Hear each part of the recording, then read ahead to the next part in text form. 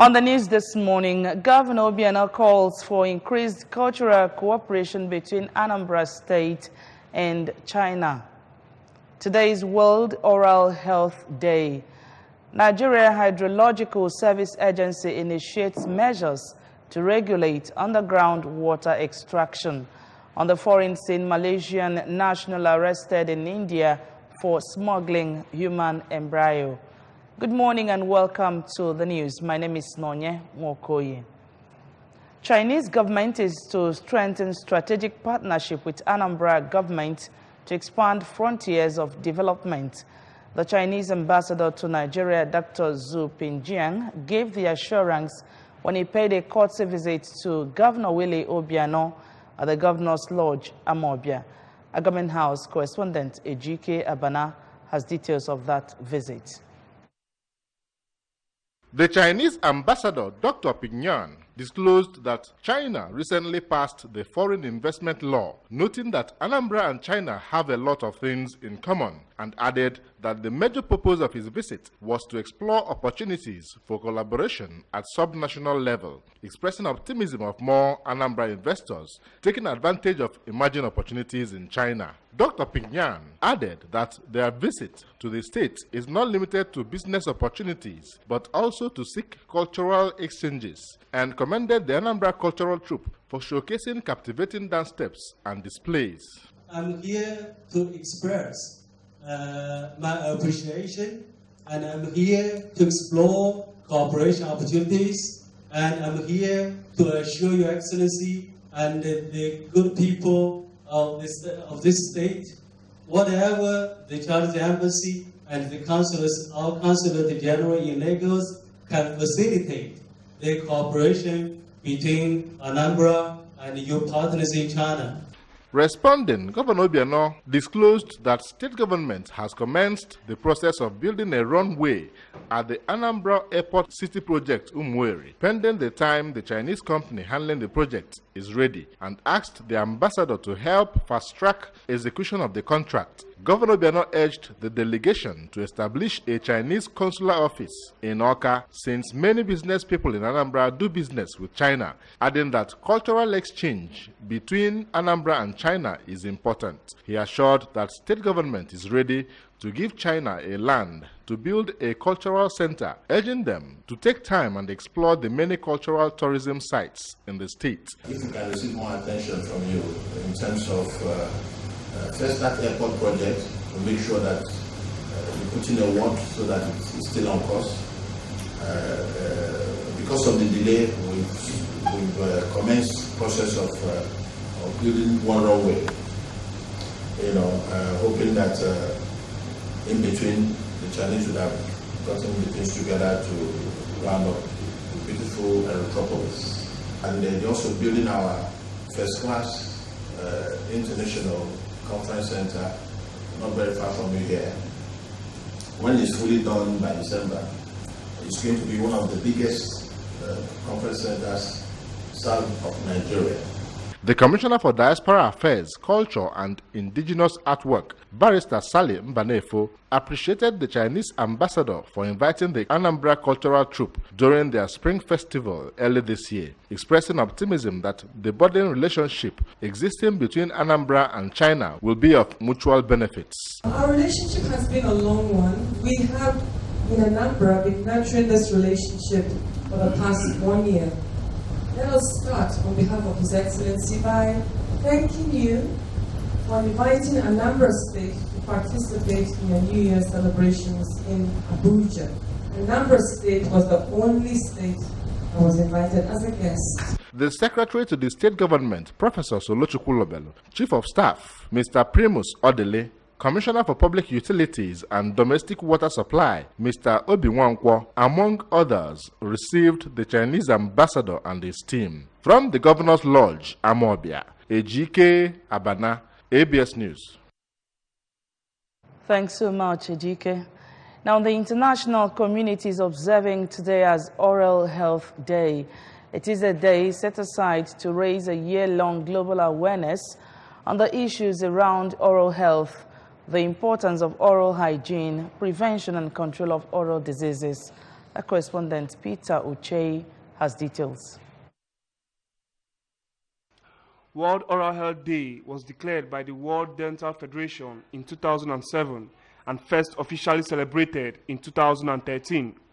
According to experts, about 90% of the world population suffer from avoidable oral diseases in their lifetime, which highlights some of the importance of dental care awareness. They also said poor oral hygiene can affect the brain and lead to memory loss and gingivitis when bacteria in the mouth spreads to the nerve channels and enter the bloodstream. Speaking on the significance of the day, Dr. Chukwudima Akabogo, who is the head of department, dental unit, Chukwuemeka Odumegu Ojukwu Teaching Hospital, Awka, noted that oral health is the good state of the architecture of the mouth and oral tissues as a whole. He stated that poor oral hygiene is the root from which all other oral health challenges grow from, noting that negative lifestyle also leads to poor oral health. Lamenting on the poor state of oral health awareness in the country, Dr. Chukwudima noted that the majority of the people only visit dentists when they already have problems, stressing that oral checkup should be done twice every year, whether there's a problem or not. Dr. Chukwudima explained that diseases such as diabetes mellitus, mild to severe problems of the mouth, could in turn lead to poor oral health. Everyone, whether that's a problem or not, should visit the dentist at least twice every year, every 6 months, for checkup and for routine cleaning, what we call dental scaling and polishing. Everybody needs it, whether there's a problem or not. Everybody needs it. This simple act will reduce to the barest minimum dental problems in Nigeria. Also speaking, Dr. Emmanuel Okafor, Permanent Secretary, Ministry of Environment, noted that those who eat a lot of sugar are prone to oral health challenges, as sugar will soon bore holes in the teeth, leading to halitosis, popularly known as mouth odor. People believe they know it all. They usually go to see their dentist to advise them about their oral health. So I think we need some upgrading in the way we handle oral health in the country.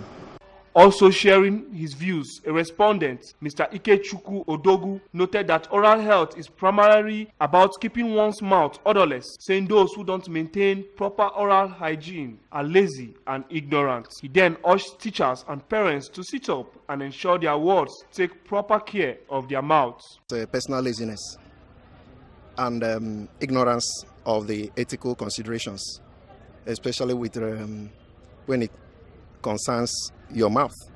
For example, if after eating in the night you didn't gargle your mouth with water or brush so that you were able to sleep, you discover that the mouth will continue to decay gradually.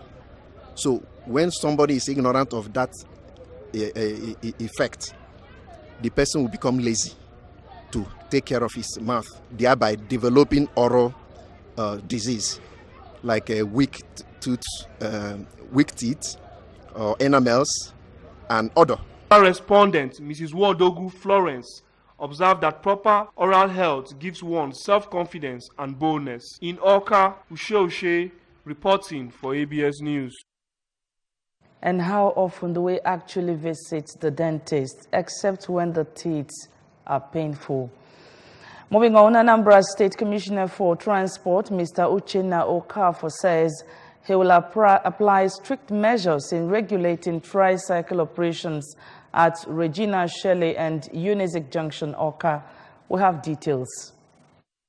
Speaking in Awka, Mr. Okafor said the strict measures will help in decongesting and maintaining sanity in their operations on roadsides.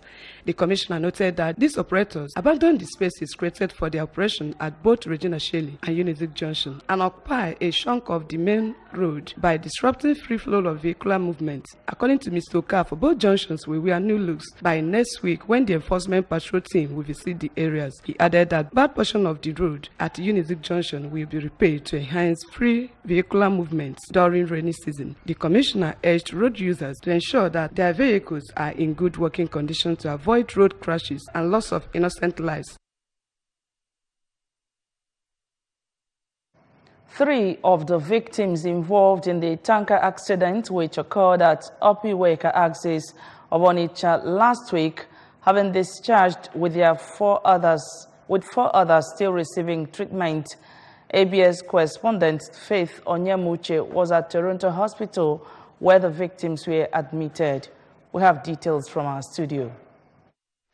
The survivors of the accident admitted at Toronto Hospital were responding to treatment as confirmed by the manager at Toronto Hospital, Mr. O.C. Mbelo, and the doctor at the hospital, Dr. Boza Adoba. In an interview, they said among the 17 persons brought to the hospital, 8 were dead on arrival, 2 were lost within the week, as they sustained serious injury from the accident, leaving 7 alive. Among the 7 survivors, 3 has been discharged, while 4 are still at the hospital receiving treatment. Speaking to ABS, one of the survivors, Mr. Clement Jackson, said he was coming from Imo State and was about boarding Keke to his destination when it happened. He said he broke his leg in an attempt to escape from the tanker, which has already crushed the Keke he was in. On his part, a relation to one of the victims, Mr. Damian Agunwa, said his sister, Mr. Lillian Wanko, was hawking cashew along the Upper Iwake axis where the incident occurred.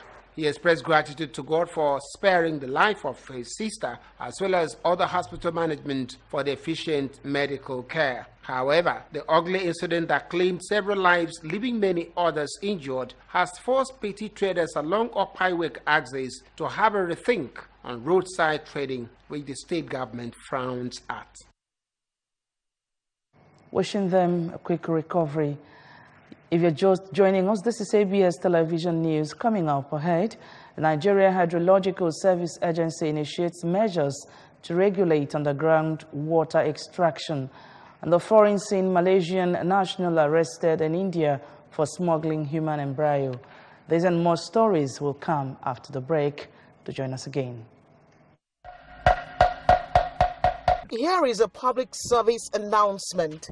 Anambra State Government cancels collection of levies and fees in all markets in Anambra State. This is to inform the public that Anambra State Government has cancelled the collection of all forms of levies and fees in markets and streets in Anambra State. The cancellation will be in effect until 1st June 2019. The 3-month cancellation period is to enable government and leadership of the various markets to deliberate and agree on a better and more effective model of collecting fees and levies in the markets. The public is hereby also reminded that the ban on sales of emblem is still in force. Anybody caught violating this cancellation and ban on sales of emblem will be arrested and prosecuted. This is for the attention of market unions and their leadership, traders, security agencies, and the public. Announcer, Mr. C. Don Adenoba, Honorable Commissioner for Information and Public Enlightenment.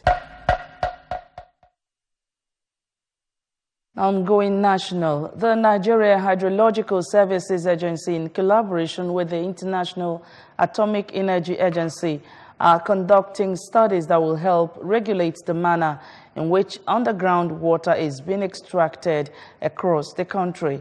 It was gathered in Abuja that study would enable NHISA to find out where the country had reasonable groundwater that could be extracted for various purposes.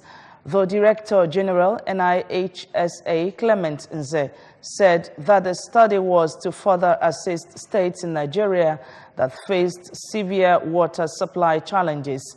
He explained that their mandate cuts across surface and groundwater, including dams, lakes, and seas.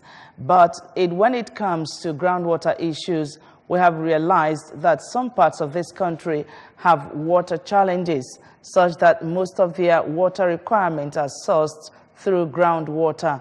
Nze said the studies were under some specific isotope projects, adding that specialized techniques were used to be able to find out where Nigeria had reasonable groundwater resources.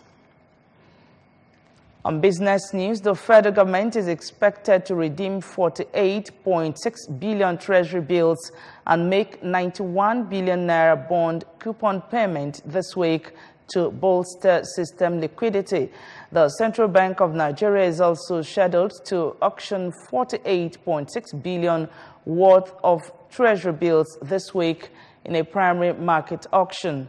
The CBN conducted an open market operation auction once last week, which was on Thursday, and offered a total of 350 naira across the short and medium-term maturities. That is the 91-day and the 175-day maturities.